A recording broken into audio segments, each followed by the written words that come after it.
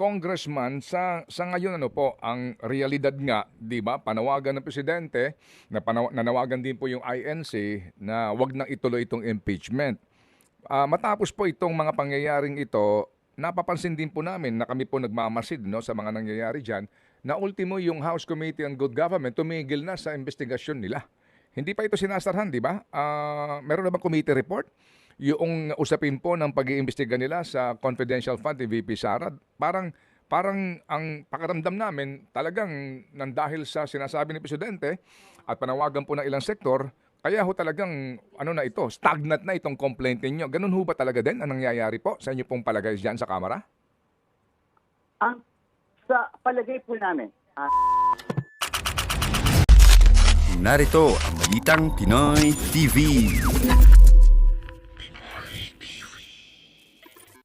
Sa ating linya ngayon si Representative Percival Sendanya ng Akbayan Party List. Magandang umaga po sa inyo, Congressman. magandang umaga po, Manong Sen. Magandang umaga po sa ating mga tagapakinig. Opo, salamat po sa inyo pong panahon. Sir, kayo po ang inyong grupo ang unang impeachment complaint, di po ba? Tama po, Manong Sen. Akbayan po ang nag-endorse ng first set of impeachment complaints mula po sa ating mga citizen complainants. Opo. Nagmansa rin na po ito noong January 2. Isang buwan na po mula nung ating final, Manong Sen. Oo nga po, no? So, ano po ang sinabi po sa inyo ng SecGen? Dahil hanggang ngayon po, mukhang wala pang referral ito sa tanggapan po ni Speaker para po sa kaukulang pong pagkalendar. Well, ang ating po nakukuha na balita mula po sa House of Representatives, rin man po yung public statement ng House leadership, particular po ni SecGen, ay meron pa daw pong hinihintay na isa pang impeachment complaint. So kung magkakataon po, Manong Ted, ito po yung pang-apat na impeachment complaint na allegedly daw po, ito daw po ay mag-i-enhance mula sa mga kasama natin sa House of Representatives. So, tulad po nung sinabi sa amin noong December, nung kami nag-file, after the first impeachment complaint, hinihintay daw po na second at hinihintay daw po na third. So, ito pong unang tatlo impeachment complaints, lahat po ay na-file for the Christmas break. So, umaasa po tayo, Manong Ted, na sa pagbabalik natin sa session, ito pong January, ay natatransmit na po at ito sa Office of the Speaker. Kasi nga po, mukhang masyadong napakatagal na noong higit isang buwan. Kahit nga ba meron pang Christmas break na nagdaan para po ito ay maupuan doon sa Office of the Secretary General. So, ang status po, hindi pa gumagalaw ang baso, Manong Ted. Yung nga po, no? Kasi nga si SecGen mismo ho ay aming nakakapanayam at sinasabi nga niyang dahilan, may mga umano'y lumalapit sa kanya ng mga congressman na gusto pong isulong yung pong isa pang mode ng complaint na mas mabilis nga, di ba? Yung dinadadaan po sa kaukulang pong hearing ng Committee on Justice. So, sir, ngayon po ay Huwebes, wala na po kayong plenary session, and then tatamaan pa kayo ng holiday sa Chinese New Year malamang po next week. Kapag ating kinuwenta yan hanggang Feb 7, tangi po siguro mga 6 or 7 days na lang ang inyong plenary session days. So, ano po ang inyong pangitain dito po sa inyong impeachment labang kay VP Sara? Ayun, Manong Ted, yung pong nabanggit ninyo na totoo, wala tayong session ngayon. Next week, 2 araw lang ang session, and then the week after that, 3 days. So, nandito po tayo sa last 5 session days. Kung baga po sa basketball, nasa last 2 minutes na po tayo dito sa ating laban para panagutin si VP Sara sa kanyang pang-aabuso sa kapangyarihan. Kaya nga po ang panawagan namin, kasama yung ating mga complainants from the first batch of complaints ay iyakin na po ng House of Representatives to mobilize yung necessary number of members of the House para po ma-fast track. Kasi sa totoo po, tama kayo, Manong Ted, wala nang panahon para dumaan sa regular route. Nadadaan pa ng Committee on Justice to determine sufficiency in form and substance. Muli po, nanawagan tayo na diinan na ng leadership ng House of Representatives para we get the 103 signatures for any of the complaints, whether yung first, second, third, or even yung fourth, nang sa ganun po ay ma-transmit na natin sa Senado. Nananawagan lang po kayo. Wala pa talagang ngayon nagkukusa po na kumbaga kumausap sa mga miyembro ng Kamara. Meron bang prepared na talaga na complaint na pipirmahan ng mga hinahangad nyo na 103 legislators? O ano ho ba talaga ang totoong nangyayari dyan sa Kamara? Sa ngayon po, hindi tayo aware kung meron na itong sinasabi na force, kung may umiikot na nagpapapirma. Pero po tayo, sa first impeachment complaint, tayo po ay patuloy na kumakausap ng ating mga kasamahan sa House of Representatives. Alam niyo naman po, Manong Ted, bilang dating representative, talagang one-on-one, madalas yung engagement sa House. Pero, kahit na meron kang one-on-one engagement sa mga kasamahan natin, ay minsan, because this is very politically sensitive, kailangan din na pampalakas ng loob ng mga kasamahan natin, step up, at pumirma na doon sa impeachment complaint. At nakita namin, ang critical dito will be yung diin ng ating pong House leadership para po magbigyan ng lakas ng loob yung ating pong mga kasamahan sa House of Reps na finally ay pumirma na at pag-endorse, whether sa complaint natin o doon pa sa impeachment complaint. Congressman, sa ngayon po, ang realidad nga, di ba, panawagan ng presidente, nanawagan din po yung INC na wag nang ituloy itong impeachment. Matapos po itong mga pangyayaring ito, napapansin din po namin na kami po nagmamasid sa mga nangyayari dyan, na ultimo yung House Committee on Good Government tumigil na sa investigasyon nila. Hindi pa ito sinasarhan, di ba? Meron na ba committee report? Yung usapin po ng pag-iimbestiga nila sa confidential fund ni VP Sara, parang ang pakiramdam namin talagang nandahil sa sinasabi ni Presidente at panawagan po ng ilang sektor, kaya ho talagang stagnant na itong complaint ninyo. Ganun ho ba talaga din ang nangyayari po sa inyo pong palagay dyan sa Kamara? Sa palagay po namin, tayo po dun sa first set of impeachment, first impeachment complaint, nakita po natin na ito nangyayari ngayon sa labas ng House of Representatives. Yung political climate natin is the opposite. Maaari nga pong yung nangyayaring mga recent developments ay actually made the impeachment complaint more compelling. Lalong-lalo na po, lumabas nga po itong survey na sinasabi na higit kalahati ating mga kababayan ay sumusuporta para panagutin si VP Sara sa kanyang pang-aabuso sa kapangyarihan. So what may ganun pong pressure from other group at meron pong ganung pronouncement mula sa Malacanang, nakita naman po natin na mayroong mandato yung House of Representatives from our people, sa mga mamamayan na sinasabi na ganito ang kanilang pagtingin, ganito ang kanilang posisyon, at may moral obligation ang leadership ng House na maging decisive, mapagpasya para po aksyonan yung impeachment complaint natin na mayroong growing public support.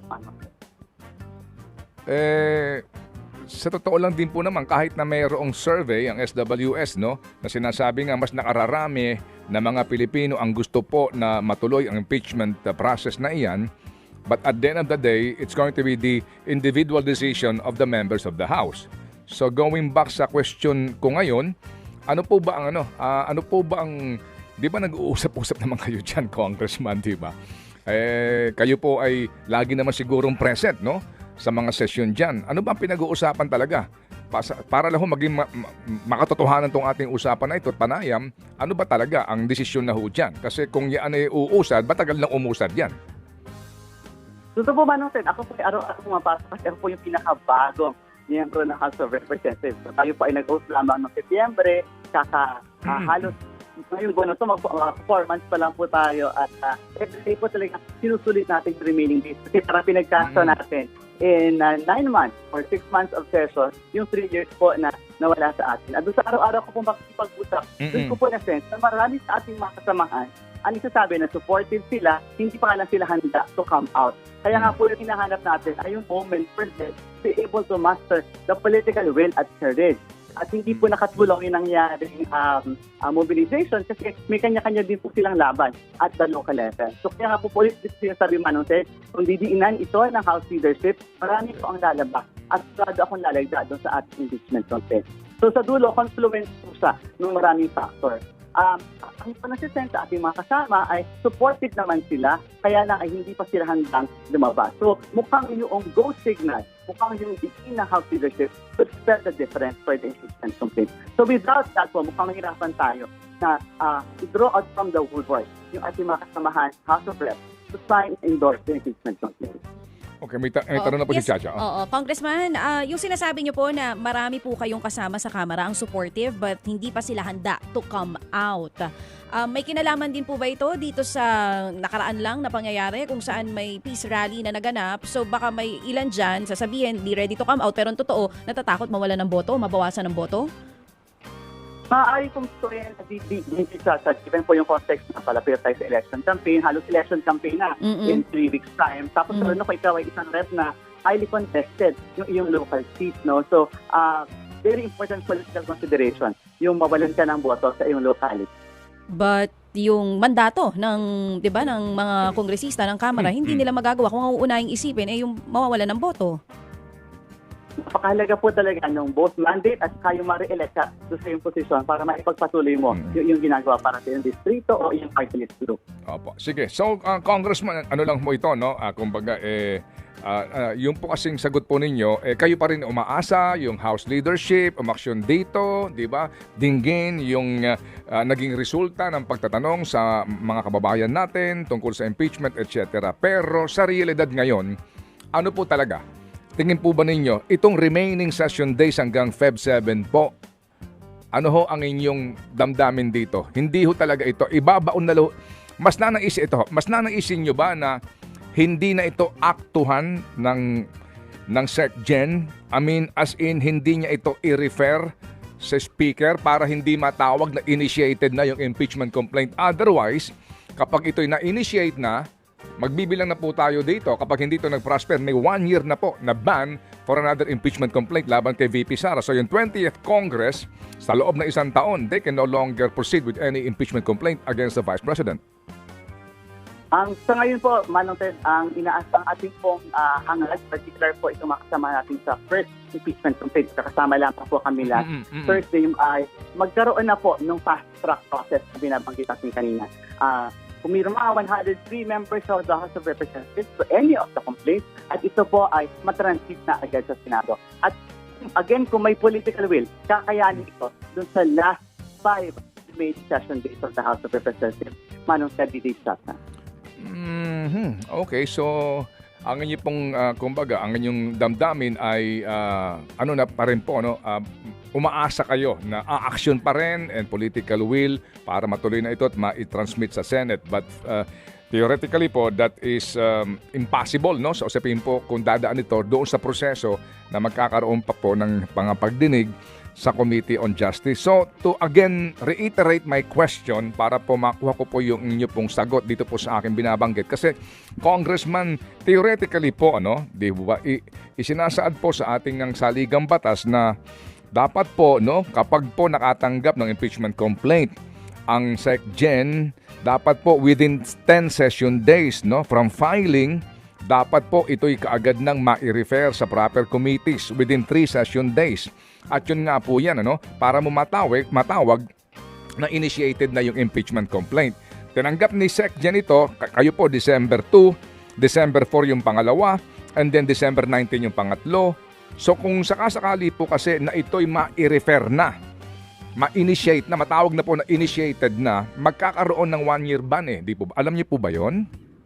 Opo, yun po yung ating House rules, Manong Ted, pagdating sa impeachment complaint, consistent with the provisions of the Constitution. Sige, so ano po? Yung po sinasabi ng House rules, sorry po Manong Ted, yung sinasabi nga po ng House rules natin, dapat upon receipt, the Secretary should immediately transmit it to the Office of the Speaker, and the Speaker has 10 session days para po ito i-take up sa plenaryo. Correct po. Yes sir, no? Yes sir.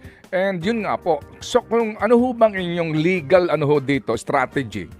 Kasi ho again opo, mas maganda na ba ngayon kung talagang ito'y tutulugan na lang ng 19th Congress, mas mainam na hindi magsimula yung initiation para technically sa 20th Congress you can file another impeachment complaint dahil baka noon iba na ang atmosphere, iba na ang sitwasyon sa politika. Na baka po sa 20th Congress makapagsimula kayo ng panibagong filing at magkaroon na po ng initiation and process. O gugustuhin pa rin po ninyo na ito'y ma-initiate na and you will have the ban ng 1 year. Ano po ba ang inyong legal dito strategy? Manong support the legal strategy, ang binabalikan ko po dito yung position po ng ating mga citizen complainant. Yung akbayan po as endorser, ginagawa na po natin yung ating tungkulin. I-endorse po natin yung complaint na ilalapit sa atin ng mga civil society, religious, and academic leaders. Sa dulo po, whether the House of Representatives takes on yung regular route or the fast track route, ito po ay nasa House leadership.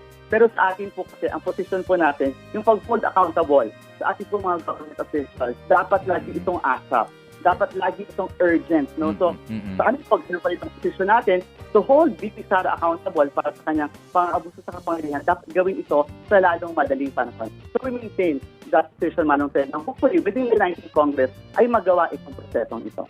Okay, sige po. At ginagalang po natin po ito pong inyong pananaw po at sagot sa ating pong katanungan. Sige po. So, sir, again, pupunta ba kayo sa SecGen's office para mag-follow up po dito po sa inyong complaint o paano po?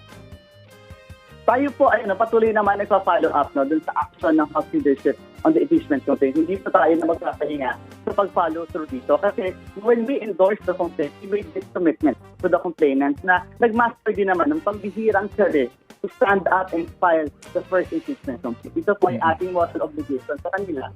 The same way na ang House of Representatives may moral obligation po sa ating mga kababayan. Opo, sige po. Okay, sige. Anyway, Congressman, meron pong inilabas na papel si Congressman Ungab, dating Committee on Appropriations Chair. Sinasabi nga na yung pong BICAM report ay may mga blanco na mga provision. Ito ho ba'y inyong kinakatigan? Ano po ang inyong informasyon dito, Congressman? Kahapon po, na-review din po namin kasi sinasabi po nila na meron na po kami nakuha yung individual members ng House of Reps na physical copy of the GAA. So that we are checking now, Manong Sir. So wala pa kayong informasyon? Wala po kami informasyon. Apo, hindi niyo mako-confirm ito o hindi pa ho, kasi hindi niyo pa ho ito nakikita na may kopya ho kayo? Yung physical copy po, hindi pa po namin nakikita. Kahit everyday po akong pumapasok sa session, Manong. Oo, kasi ang sinasabi po nila ay nakuha daw po dun sa mga present during session.